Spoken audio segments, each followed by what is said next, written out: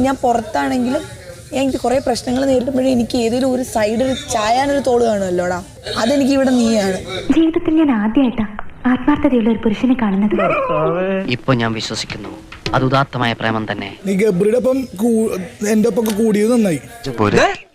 ഞാൻ ചായ കുടിക്കേണ്ട സമയം തീരുമാനിക്കേണ്ടത് ഞാനാ, അല്ലാതെ താനല്ല. മനസ്സിലായില്ലേ? നിങ്ങളുടെ 6 കൂടി ഗബ്രി ഓക്കെ. പക്ഷെ ഈ സ്ട്രാറ്റജി പൊളിയൂട്ടാ. ഞാൻ പറഞ്ഞില്ല ജാസ്മിൻ, അവനൊരു പാവാന്ന് എനിക്ക് തോന്നുന്നത്. ഗബ്രി ഏട്ടനോട് സംസാരിക്കടാ. നീ കഴിഞ്ഞ 5 ദിവസമായിട്ട് അതിനോടല്ലേ സംസാരിക്കണോ? നിങ്ങൾ എന്തിനാ അവളുടെ വേട്ടയ്ക്ക്? എനിക്കാണ് ഇവളോട് താല്പര്യമെങ്കിലോ? അന്നം കാണാത്തവന് പച്ചരിക്കഞ്ഞ് കിട്ടിയാലും അത് പാൽപ്പായസമാണെന്ന് തോന്നൂടി.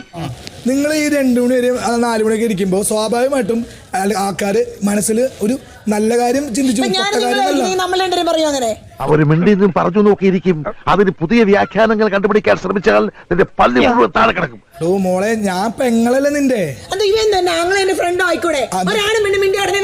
അല്ല, നിനക്ക് പഞ്ചാരയാണെന്ന് ഞാൻ അറിഞ്ഞാ പോരെ, നാട്ടുകാരെ മുഴുവൻ അറിയിക്കണോടി.